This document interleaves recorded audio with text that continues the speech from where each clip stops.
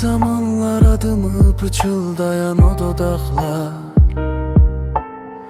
İndi başka adlara, özgə sözlərə qonaqlar. Mən hələ də o köhnə küçədə sənə bəndə, sənsə keçib getmisən sanki mən bir kölgəyəm. İnanmağımı çətindir, yoxsa qəbul etməkmi? Bu qədər asan imiş, bir ömrü tərk etməkmi? Doğrudanmı unuttun məni? O qədər mi asan oldu?